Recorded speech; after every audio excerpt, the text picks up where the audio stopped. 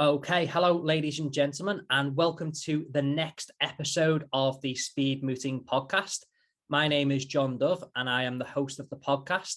And tonight we've got a very special guest. Our guest tonight is Darren Weir, who is a senior lecturer at Kent University and also a former criminal barrister. Welcome along, Darren. Good evening, John. How are you? I'm very well, thank you. How about yourself? Not bad, not bad. Good to hear. Well, I've got lots of questions for you tonight. Some interesting ones, some fun ones. So I think we'll jump straight in. Yeah. So I'd like to start with the beginning. Can you talk us through what your route into the law was? Okay, so it was a traditional route, really. Obviously went through school, went to a state school, so primary state school, and then I lived in Buckinghamshire, which for those who don't know, have the 12 plus. So I was put into that and ended up going to a grammar school. God knows how. I don't know how I managed that. And then I went from there to university. I went to an old poly, so I went to Nottingham Trent University. Did my undergraduate there and then went straight into the bar course. Now, I was called in 1998. So as a significant year, because it meant that I was the first year where the bar course was offered in other places in the country. So previously it had always been just one provider, that's the Inns of Court School of Law, which is now City University. And there were therefore about 6 other providers at that point. So I was the first guinea pig year. So I decided, though, to stick and play safe, go with what was known, and did it at ICSL, the Inns of Court School of Law. So there was no option to add on one of these, fancy bar course plus a master's. That didn't exist. So I just did the bar course, the BVC, bar vocational course. Did that and then went into pupillage. So I managed to get a first 6-month pupillage. I had no second 6-month ready. So I managed to get one first 6-month pupillage and then sort of just snowballed from there, really. Oh, brilliant. And did you end up doing your second 6 in the same chambers that you did the first 6? I did, fortunately. So there was 3 of us taken on as first 6s, and in the end they kept all 3 of us on. So it seemed to be how that chambers practiced in those days. They took you on for a first 6, see if they liked you, and then did it. It was a chambers. My chambers was 2 paper buildings at the time. They've now moved to 2 Dr. Johnson's buildings. So it was the chambers of Robin Griffiths, now Mark Love. And lovely set to be in, really lovely, nice, good barristers from there. We had Jenny Dempster, who's now QC. She's a silk at 18 Red Lion Court. She represented John Alford, who was younger viewers won't know London's Burning, the TV programme, represented him. And then my pupil supervisor, or mistress, because they were mistresses and masters then, my pupil mistress, I always loved saying I had a pupil mistress, it was lovely. There's a lovely woman called Wendy Fisher-Gordon, who was previously, it was a second career for her, the bar. She was formerly a BBC journalist, so that was really interesting to get her perspective of life. So I did a criminal pupillage. It was a set that did crime and family, so it was a mixed set. But I was lumbered in a criminal window and never looked back, and then loved it ever since, really. So I did my second 6. I stayed on for third 6, and then they sort of said, well, we're not taking one on, so I had to look somewhere else. So I ended up getting a tenancy in a very dodgy chambers, and this is a lesson to people. You've got to research where you go. Don't take the first offer made for you. I ended up in a rather dodgy set, I won't name it, in Wolverhampton. So I went from Nottingham, where I studied, down to London, and then back to the Midlands, but this time the West Midlands, to Wolverhampton. I was there on a tenancy for 4 months, and I just realised it was a bit of a shambles. And also the other difficulty was I think I couldn't understand the accent. You know, it was very hard. And then I decided to move back, and then I managed to get squatting in Canterbury, which is a set I went to in Canterbury Style Chambers, which was a set that did, again, family principally, but a little bit of crime. And then I went there in 2000, literally just after the millennium. And and I was there for a nice 11 years. So I really enjoyed my time there and developed a criminal team, really. I was sort of instrumental in developing a criminal team that built up. Did a lot of, about 60% prosecution work, 40% defense, so a nice mix of work. It was varied, and I got a junior brief in a murder. So I did it all. So I ticked all the boxes, had fun doing it all. But the time had come where people were saying to me, look, if you want to progress, you've got to move to London. And that's the thing, you know, again, provincial chambers, you know, another thing that students should think about is if you're in a provincial set, like in one of the big cities like Birmingham or Leeds or Manchester, then obviously they're really big established circuits. But if you start wandering off into anywhere, any satellite off London, really, so, you know, Essex, Sussex, Kent, they're a little bit more iffy in terms of they're good learning grounds, they're medium-sized chambers. And so I sort of got too old for the set, really. But I didn't want to leave. I loved them so much. And so I made the decision. And also it was about 2009-ish, 2008, 2009, 2010. Fees were looking rubbish again, but no surprise, you know, it still is. It's even worse. I predicted this would happen. And so I decided to total change of career. So that was when I decided to leave the bar, to pursue other things. Indeed. Well, that really was a big shift, and we'll come on to some of those other things later on. But some really great practical advice there.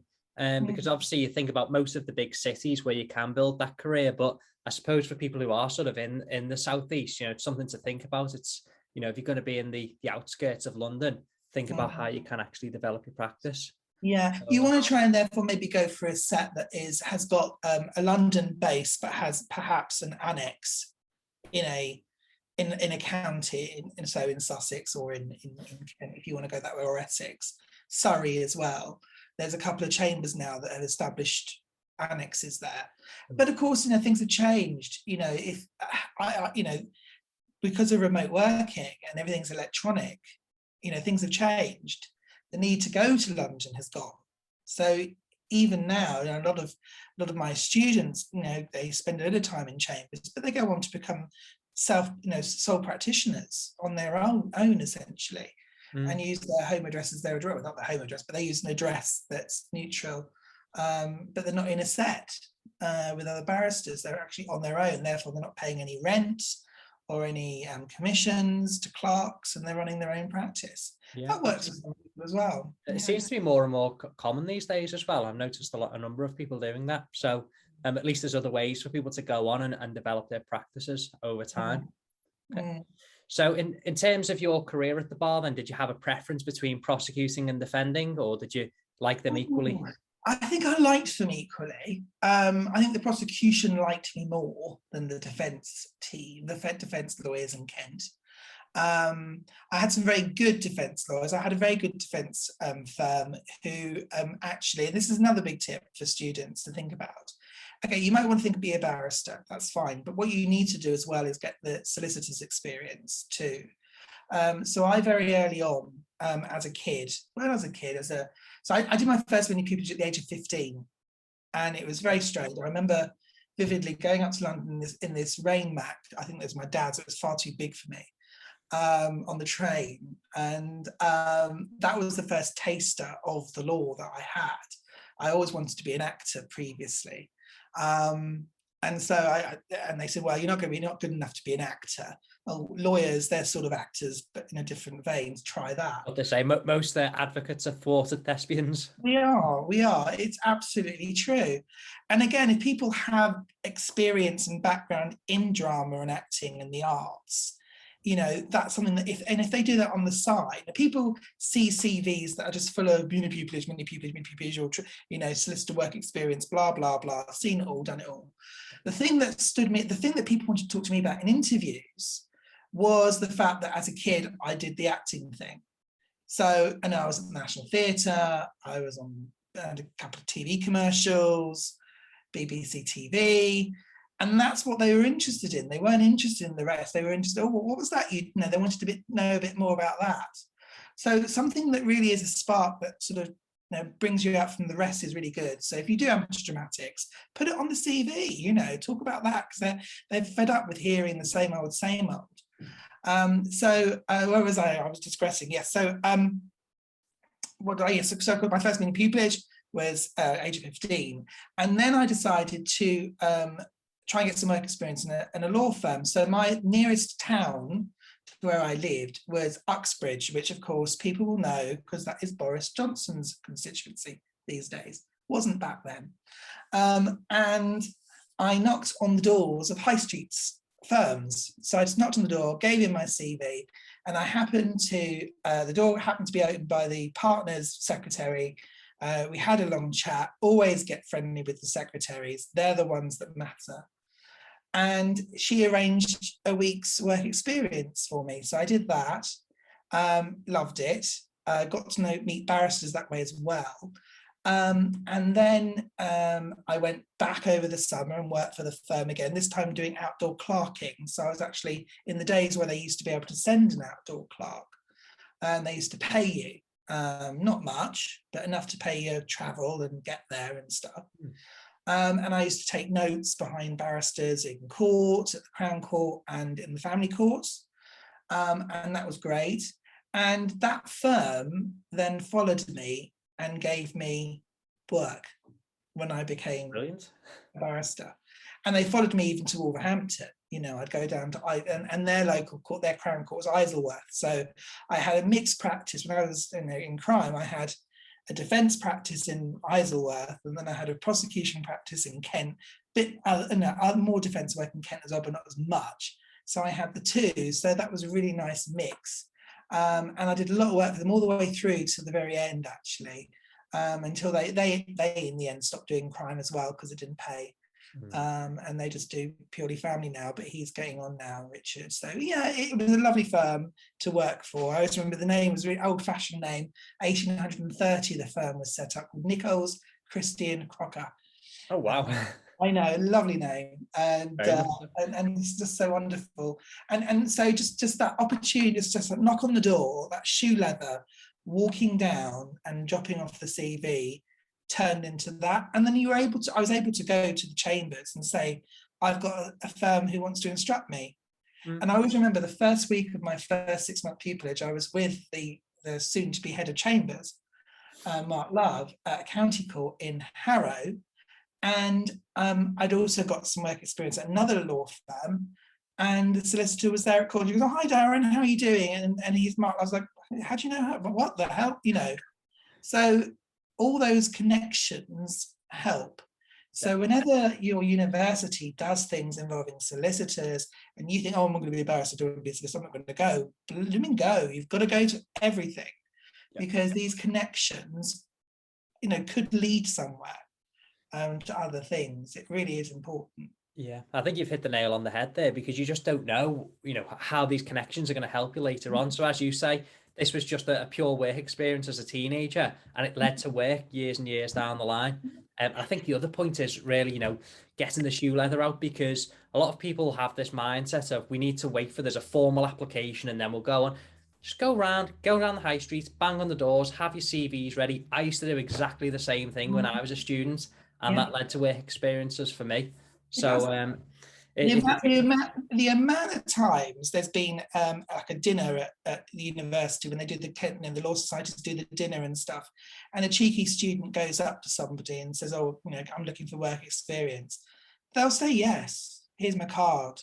And there was, even doing mooting and things like that. I do a lot of. I'm director of the Lawyer and Skills at the university, and we have a lot of moots and we have a lot of practitioners and judges come in. One judge once, she sat on the bench for the moot, And then, you know, just off the cuff then said, I thought the 4 advocates were so good, I'm offering them each a 3-day marshalling stint with me. Oh, Boom, boom, boom, boom.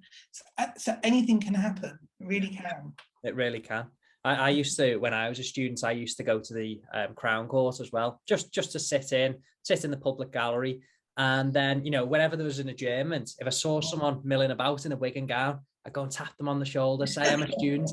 And that led to work experiences for me and mini teachers and like. So I was going to say, you're a bit too young to. There's always one, isn't there, in some courts? There's a very old person always taking lots of notes, and they're a bit of a weirdo. You're a bit too young for that. So you're not that person then. You were a youngster. No, not quite. Not quite the little sad old man who's always his day trip is to court. You know, you always get one. Yeah. Yeah, not quite at that level yet. Okay, well, I mean, to be honest, I'm quite interested by the acting. Like you said, many people on interview panels would be. So talk to me a bit about that, actually. Tell me. Oh, God, how old was I? I was 9 when I started. I went part-time to Italia Conte stage school in Battersea, they were, on a Saturday, and used to drag up there. And I think I was 5, actually. I think it was 5 to 9. I think I did that part-time. And then I went to the same state. I went part-time when I was in High Wycombe, which is where I went to school. High Wycombe might sound about to some people because there's a very good stage school and agency there called Jackie Palmer. And Jackie Palmer was the person who discovered James Corden. So James was in the class 2 below me. So literally, if I'd been 2 years younger, I could have been James Corden's writing buddy. So annoying. You never know. I know, so annoying. I could have been his Gavin, you know? Yeah. Could you imagine? Oh, life would have been different, you know what I mean? Yeah. But he was a cute kid, yeah. So I was about 2 years, 3 years above him. So I did that. So yeah, through them, I did things like a couple of appearances at Theatre Royal Windsor, worked with Joe Brown, worked with, and then also in the National Theatre. It was quite funny because, mentioning James Corden, Alison Steadman, who was obviously in Gavin and Stacey, played my mum actually in the National Theatre. So in Cat and Hearts in Roof, which is a play involving Lindsay Duncan in Charleston, Eric Porter and all that. So yeah, I did that. I was also in a TV series called Happy Families, which is a children's BBC series. I was Billy Biff the Boxer's son. There you go. That's a name from the past. I know, terrible, isn't it? And then there's a couple of adverts and things. And people can, if they want to sell. I'm not going to give any details because they are still out there, some of them, and they're really quite dodgy. So I'm not going to mention those. But they, you know, again, just that whole experience of doing something different was something that was, and I think I was quite lucky because I remember that my interview panel in Chambers for the people, I only got one offer of pupillage. I had about 4 interviews for pupillage, and it was very different in my day. It wasn't as rigid as it is now with the system that they have, the gateway. The first interview was literally, you go in, I think they still do it this way, you go in and it was a bail application and that was it. Right. Then the second interview is more about your CV and everything else. And I happened to be the first person they interviewed, which was really lucky because they then said to me afterwards, we actually compared your bailout to everyone. Everyone will be compared to you, which was a good thing or a bad thing, I don't know. It must have been an all right thing. But the person who led the panel and then was also in the second interview, who's a bit artistic as well, was Simon Tolkien, who of course is one of the grandchildren of J.R. Tolkien. Oh, right, okay. Yeah, so he was lovely, Simon, and he's an author now himself. He left the bar as well, and is now an author in America, I think, actually quite renowned author. Very interesting. Yeah, so sometimes, you know, if you click with your panel, there was obviously something there that clicked. Yeah, I think that's the way you can generally tell if an interview's gone well. You know, if the conversation is flowing and almost you get onto points that aren't related to the law, you know, you can talk about something interesting and it's quite a free-flowing conversation, then you know that there's that click there. Because ultimately the panel know they're going to have to work with you for the next 30, 40 years. So not only do they want to know you're going to be a good lawyer, They want to know you're somebody that they can actually work with. So yes, I left the bar, and again, this is another thing to sort of say to people, to students: don't worry if you don't go into law straight away, or if you leave the law for a bit. The skills that you develop, either in university or bar school or LPC or the SQE equivalents that are coming up, can be taken with you wherever you go. So I left the bar to then pursue a career in totally different field, namely hospitality. So I actually ended up owning a hotel, which was very strange. Yes, the family had money to invest, so we sort of decided to do this. We tried this out, and for then another 12 years, I successfully ran a small business that was a hotel, employed people. So I was an employer. All of a sudden, when you're self-employed as a barrister, you don't employ people. So I did this with my wife. She was also a barrister. She'd also had enough. And I think there's that time when, particularly with the criminal bar, if it stays as it is, there comes a time when the life-work balance thing doesn't work anymore. When you want to have a family, at that time things have to change, because you can't keep getting the late night returns at 5 or 6 o'clock, or working on cases, each of you working on cases in silence. That doesn't work. So we took the decision, let's do a change. So I did. We opened this business, and in the town, it was a seaside town. So seasonal establishment, although it was quite good conference trade as well. And I ended up sort of joining as you do, you've got other skills. So you join a trade association. So in the end, I became chairman of a trade association representing 100 businesses. I ended up giving evidence in the House of Lords about online booking agents. What else did I ended up being invited to 11 Downing Street, meet the Chancellor of the Exchequer. The pier burnt down in the town that we were in, so we then had David Cameron visit, along with his Chancellor as well, and met him. And so I had all this opportunity there. I also did another thing where we go back, so it sort of goes back in a circle, back to the theatre again. There was, in the town I was in, there were about 4 theatres. The council owned all of them, and they couldn't keep them all going, and they were going to close one. So they said to the Hospitality Association, we're going to close this other theatre. And it was a typical seaside theatre. It was Victorian. It was built in 1883, so it was very old.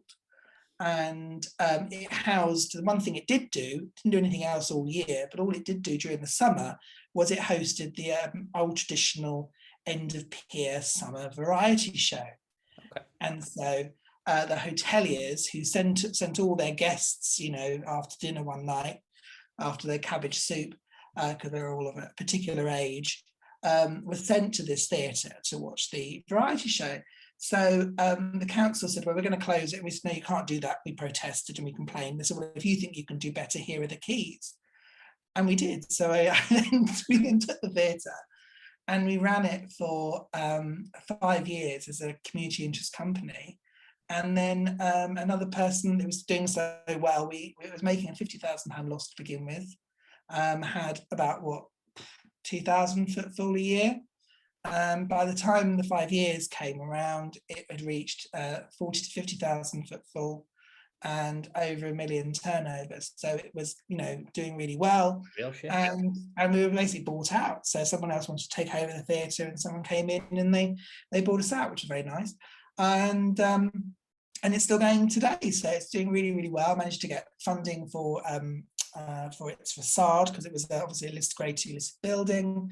I got money for its facade from so I used my legal skills to make grant applications. I used my legal skills. I was responsible for all the legal stuff. So I was the director responsible for all the legal things, so all the contracts.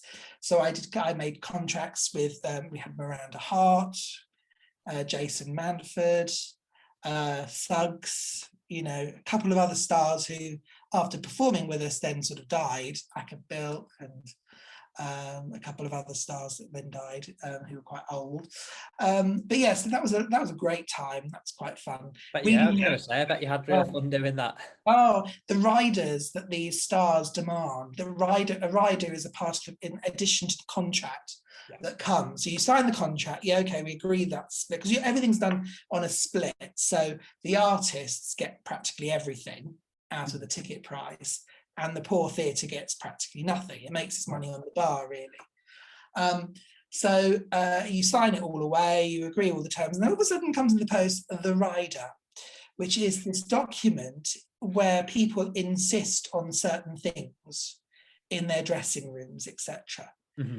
So one star, for example, Miranda, what she demanded was a bottle of red wine, fair enough. And also she would bring her little dog. And what the rider said that the dog must be walked during the first half and the second half of the show. Right. So my fellow director had to go and walk this tiny little shitsy puts poodle, whatever it was, around the block of the theatre. So that was fun. And then we had the Osmonds, and the Osmonds wanted a 3-course meal and everything. And of course, there was no restaurant at this little Victorian theatre. So it's quite funny. We arranged with the cafe next door. Yeah, it was around Christmas. We did a whole Christmas dinner for them, and they loved it. You know, the Osmonds loving Christmas dinner. So it was, lots of fun and lots of conditions in those riders. So again, contract law came into it. But what then got me back into the law? So I kept my hand in with the law all this time and continued, because I then. So for example, although I left the bar, whilst I had the hotel, I did do a bit of secondment with the CPS, actually, part-time. Back in Maidstone, they wanted me back, so I went and did 3 days a week for about 9 months, I think. Oh, right. What were you doing there? Sort of charging advices or? Charging advices, but a police station, and also some magistrates' trials. So I was doing a bit of everything then. That was quite nice, actually, to get that side of things. So I did a bit of that. And then also, I was also one of the first independent legal advisors for the CPS's hate crime scrutiny panel. I don't know if you probably know about those, John. They're set up across the country. They were set up during the Blair days as a sort of a consultation body about hate crimes, domestic violence, and we used to basically pick random files and do a check on them. And I was one of the first legal advisors on that. And I still carried that on for a little bit once we got the hotel. Until my last case, then I had to give up. I gave up my practicing certificate in 2011, the end of the year, because I had to keep it because I had a case in the Court of Appeal still lingering on. You know, by the time I finished the secondments and everything else, I had one case lingering on. And so I kept the certificate alive for that one. And I remember my last ever case, very nervous, because of course I hadn't been in court for about 6 months. I think there was a 6-month gap between my last court appearance proper and the Court of Appeal. And I was prosecuting, so I was respondent to the appeal against conviction. And it was a rape case. And the judge had screwed up a little bit, not too much. A little bit, only a little bit. Not too bad. It wasn't anything disastrous. It was easily sorted. But then I ended up going along all that way, and so I'm about to stand. So Ed Burge, who's now a QC and also sits as a recorder, had finished his bit, and then I go to stand up, and they said, "We don't need to hear from you, Mr. Weir, thank you." And I went, "I'm very grateful." They're my only words. My final words, "I'm grateful." That was it. And I sat down, and they dismissed the appeal, obviously. But yeah, that was the last case I ever did in practice. But what happened was, my wife also did this lecturing gig at the university, and she was an hourly paid lecturer there. And we got pregnant with her first child, and no one in the university wanted to cover her course on maternity leave, so she volunteered me. And so went in for 1 term just to cover maternity leave in the autumn. I was then asked, "Well, could you cover?" And I teach the law of evidence, is my bag. and they said, could you cover law of evidence at the Medway campus because the tutor's gone off sick? And so I was brought into that, and then I kept and then it sort of grew ever since. And then so I kept that going because it was obviously very useful, because it was September through to March, which is off season for the hotel. So it all worked out pretty nicely. But then they turned around and said, no, we want to make you permanent. So I had to apply for this permanent job, and then finally, and that was in 2018. Permanent. I've now sold the hotel, sold that just as Boris locked down the first time, so very fortunate. Very good timing. Great timing. And yeah, very comfortable now. I'm now a pracademic, as they call me. So I'm not an academic, I'm a pracademic. Pracademic. I've never heard that term before, but I like that one. I think it's a term that the academics have come up with because they don't see it as proper academics, if you see what I mean. Right, okay. So I call them pure bloods, and we're mudbloods, because that, a bit of Harry Potter there. Yeah, that's what it's like. And that's what I'm doing. So I'm now doing, again, things I love doing. So I love the teaching, director of lawyering skills. So I'm now we've introduced now a huge program of lawyering skills at undergraduate level, which is really quite unique. So we do the traditional mooting, which of course you know all about. Mm-hmm. But we also do trial advocacy, which isn't really done very, very often anywhere, and also negotiation, mediation, and client interviewing. I've become a trained mediator myself, so I'm a trained mediator as well, which I quite like. So I've got that little string to the bow that's been added, and so it's sort of really going nicely, and that's my life, really. There you go. I think we've pretty much covered all of your life right there, haven't we? But I like what you're saying about providing practical skills to undergraduates, because the reality is that just isn't taught at all. So people go onto their LPCs and bar courses on day one, and unless they've done work experiences or been to court, don't really have much of a clue about the practical side of things. So I think well done for sort of incorporating that into the undergraduate level.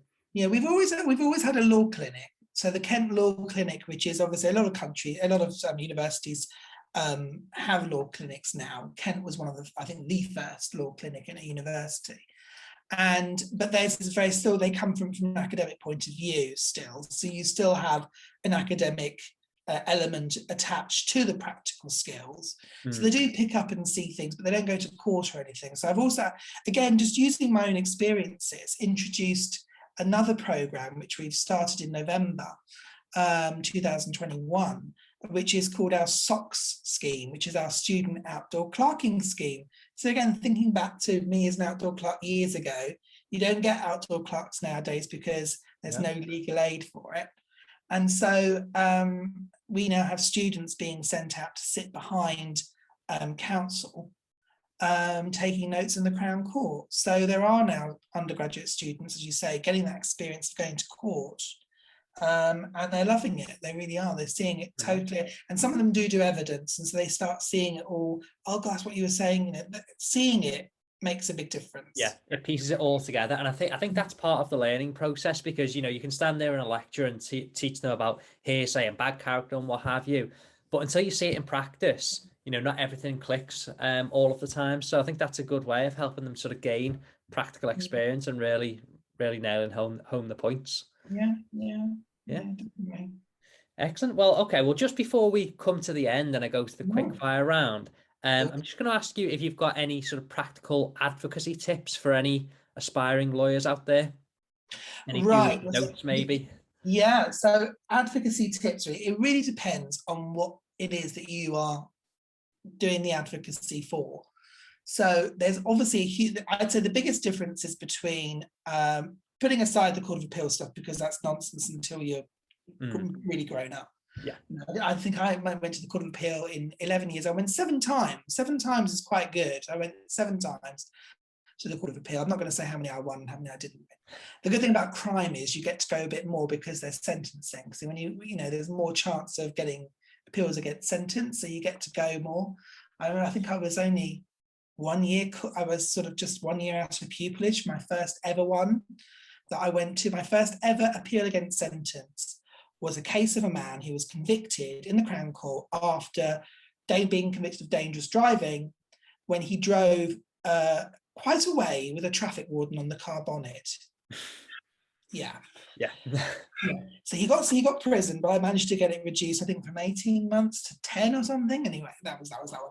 But it's obviously court of appeal advocacy is very different. So it depends on what it is that you're doing. So if it's an application, if it's like a bail application or a sentence or an application to set aside in the civil court or an application for an interim injunction, something like that, then what the number one rule is, tell the court what you want from the beginning.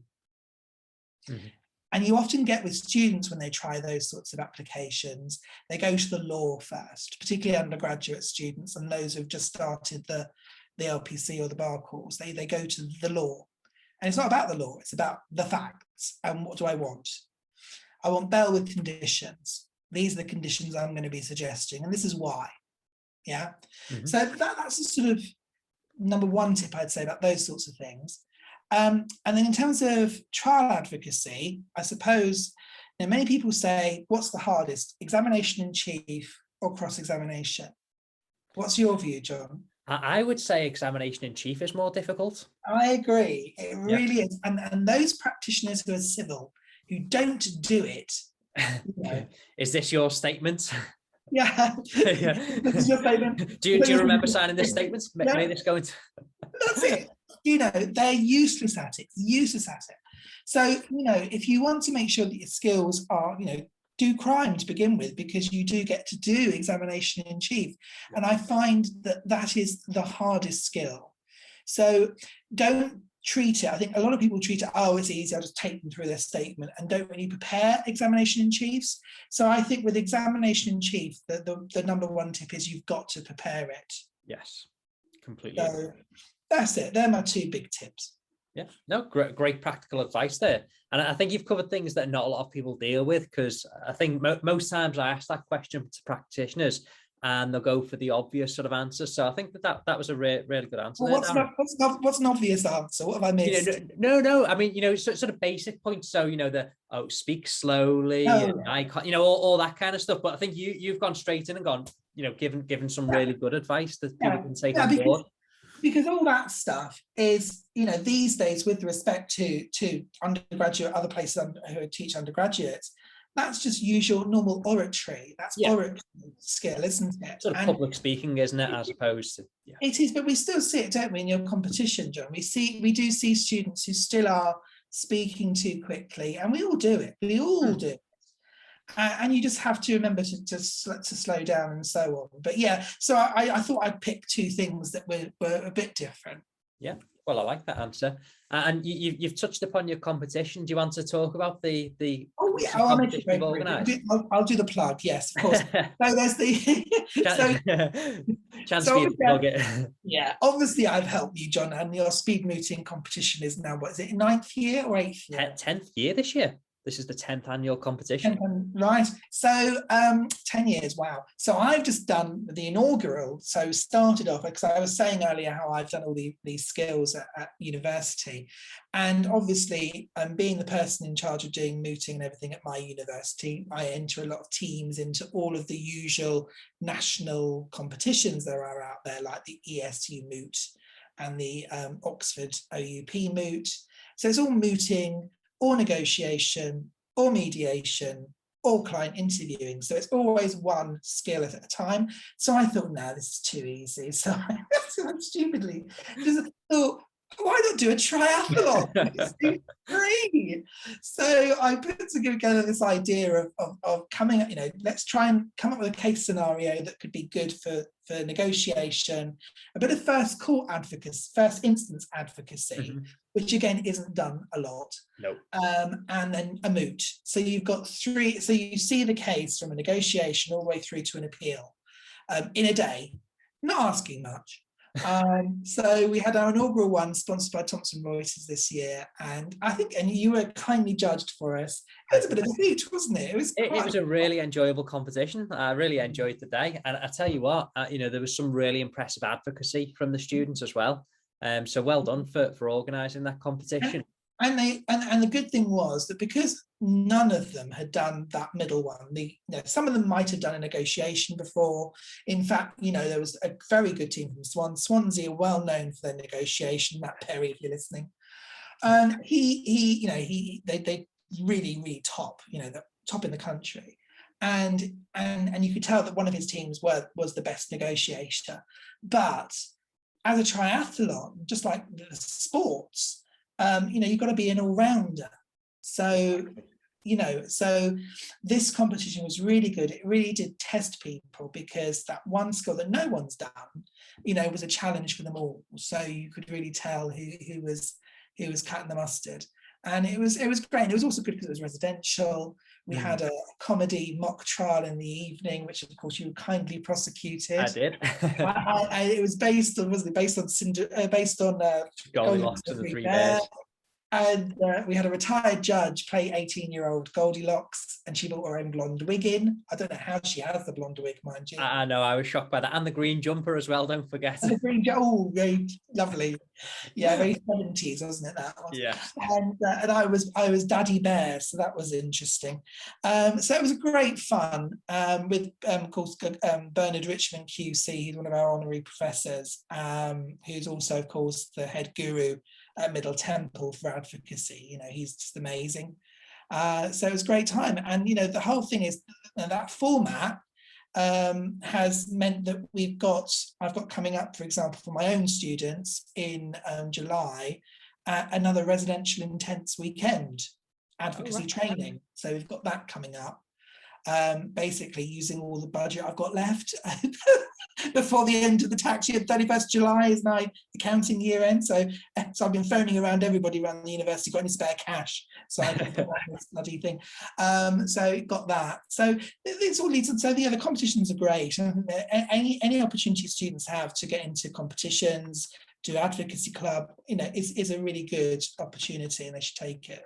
Yeah, definitely. I mean, that's sort of where I got the idea from for the advocacy club as well. It's aimed at people who, well, I mean, anyone can join, but we have a number of people that might not have the confidence to go into competitions, and they come along and they practice various skills. And because it's all sort of peer-to-peer led, people find that, they've got the confidence to really have a go, and then they're building up the skills ready for competitions. The C word is so confidence. I don't think people have realized how much COVID has knocked the wind out of people, and how they might have been very confident at school, A levels and everything, but then once they get to university, because it went all online, they've lost that confidence, they've lost that ability to look in someone's eye and so on. And yeah, that's something I've really found difficult. So we do, for our lawyering skills, we make all of the students, we did it first time last year when it was back in person, and we're going to do it again this year. We make all the students who have signed up to lawyering skills come to a 2-hour induction. And during that induction, all we do is stupid things. We just do silly things. We do voice coaching. We make stupid noises and sounds. And you can see the people who are shy and everything else. And by the end of it, you hope that they're a little bit more confident, because they've all been fools together. Yeah. And they've then got something in common. So that's what we tend to do with the confidence thing. But it has knocked people. So Advocacy Club is great for that, building the confidence. Yeah, definitely. It's half the battle when it comes to advocacy. You just need the confidence to be able to stand up and say anything. So just by physically getting out there and trying different forms of advocacy, public speaking, whatever it might be, you get confident with your own voice and speaking to other people. And then from there, that develops into an advocacy skill. And also at the right moment as well, another little trick that, in fact, it wasn't an advocacy trainer who taught me this, or it wasn't anyone at the bar. It was an old bloke who used to come and stay with me at the hotel, taught me this trick. And he used to work for the BBC for many, many years. He was retired. Ron, his name was. He could talk for England. But he said, and he was a really cocky sod, but he used to do it with a smile. And he said, you know what? He was taught, you can say anything with a smile usually, and you can usually get away with it. So if you can put on a facade a little bit, so that's where the acting comes in. Yes. And if your top half looks confident and comfortable and amenable and trustworthy, your bottoms can be shaking like this. In fact, there was a student I had, oh, it was so funny. He, in the first mock trial advocacy, his knees were, he was literally shaking when he went up there to do the first thing he had to do. And so I sort of, okay, the lectern's your friend, use the lectern, hold that. So that controlled that bit. Then his legs started going like this. And I said, right, now fold your legs as if you want to go to the toilet and just have them down there, right? And then fold them and cross them. And that helped. And then just that one thing of getting his stance right sort of helped him a little bit. So yeah, confidence, it's a killer. It can kill you or be your friend.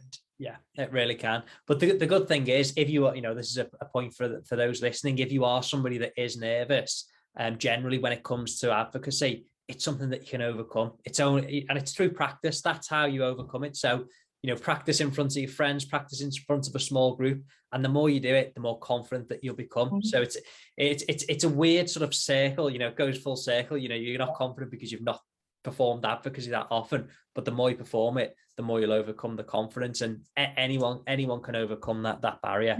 Everyone has the butterfly. Everyone gets the butterflies. The most experienced silks get the butterflies. And in fact, there was a training thing that says, you know, that feeling you get, that little thing in your belly that you get just before you're about to do something, actually speak to it and say, hello, dear friend, good to see you again, because you need that. You need that little bit of belly thing going, because then that kicks in the adrenaline as you start. Yeah. That's why, you know, it's a terrible advocacy, and you know, after doing a full day at court, what are you? You're starving, aren't you? You're starving because your adrenaline's been going all day.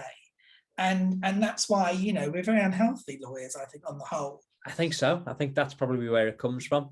But yeah, no, I completely agree with you. That is sort of the adrenaline pumping in. And I think also the day that you don't get that sort of, but those butterflies or that adrenaline, that's the day you've become complacent. So I think if you're still feeling that sort of those butterflies, then you know you're doing something right. And when you become confident, they don't last for that long. It'll be when you first stand up, you'll feel them there.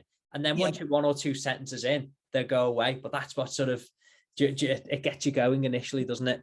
It's the anticipation. It's the anticipation. It's the worry. It's the stress, the hassle you've done. And then once you start talking and you're in it, and again, all advocacy really is a dialogue. It's a conversation. Yes. And you're having a conversation with another human being, and all you're trying to persuade them to your cause. That's what you're doing. That's your role. And you know, it comes, it just comes, it really does. And so people shouldn't be nervous, shouldn't let it get to them. If it does, then just pause, reflect. You know, again, with people with interventions as well, when people get an intervention, they start to panic again. Just pause, use time. Pausing and time is a good ally as well in advocacy. Definitely. Anyway, let's get to the fun question. But let's get on to the fun part. Yeah. Okay, question one. This is the question I ask to everybody. So I need to have your view on this. Crisps on a sandwich, yay or nay? Oh, yay. Thank you. Yay. Yes. Yes. It adds that crunch, doesn't it? For me, you know, a nice cheese sandwich with some beefy crisps on there. And even better, a bit of Marmite spread as well on the cheese, with the cheese as well. Are you a Marmite fan, John? I am a Marmite fan, yes. Not normally just Marmite on toast. I've never tried Marmite on a sandwich, but maybe that should be the Marmite and cheese sandwich is really nice with the crisps. That's good. Oh, right. I'll remember that. It's an extra element for me. So thank you very much. Sticking with the sort of culinary theme, what would be your go-to favourite meal? Oh, go-to favourite meal. Go-to favourite meal. What, making myself or just going out and eating? No, just going out, you know, just generally, what is your favourite food? I know, a nice steak, because I treat myself to a steak is nice. A nice fillet steak would be nice. Okay. I don't make that myself at home because I'm married to a vegetarian. I know, well, piss scary. But yeah. Did it make fake steaks yet? No, they don't. And of course, my children eat some certain things, and she would eat. So I do a lot of the cooking usually. So I am making 3 or 4 different things. So yes, my go-to would be a steak. Go-to takeaway is a pizza. Yeah. I also make very nice. Other thing I used to do as well, just to sort of add to the mix. When I was at the hotel, I also did murder mysteries. So I did a murder mystery dinner. I used to write them and do them, and had actors come in and do it. So I used to cook for that. And the meal I used to cook for the murder mystery dinners was this lovely beef stew, winter beef stew it was called, one of my nan's recipes, and that was a very nice warming meal for winter. So yes, that's a good one as well. Wow. I don't think there's anything you haven't done, is there, Darren? No, because I had to do the cooking. Yes, exactly. But and also, I suppose the other thing I did as a kid, another claim to fame, I used to sell hot donuts down Pecco Lane Market. There you go, another thing I used to do. Oh, right. Well, that's where the business brain has come from then, isn't it? Selling hot donuts, yeah. So yeah. Okay. Top holiday destination. We just done the Disney thing, the Florida thing. That was fun. I always love that, so that's good. But also, it's where I was very cheesy. It's where I proposed, and that was the Maldives. Oh wow! I believe it's very nice out there. Yeah, it was nice, gorgeous. Brilliant. Okay, well, I think that covers our quick fire questions. So thank you very much for taking the time to speak to me tonight. I'm sure our listeners have learned a lot from listening to you. I've certainly been fascinated listening to your stories. It's all waffle, but so it's been we've been an hour. We'll go down to 25 minutes if I'm lucky. But thank you so much for having me, John. It's been great. And the thing is, I'm hoping that my story at least tells people that you can do anything you want, right? Yeah, the world is your oyster. If you're dedicated and you want to achieve something, you can do it. Just try. Yeah, there we go. A nice motivational note on which to end. Thank you very much. No worries. Thanks, John.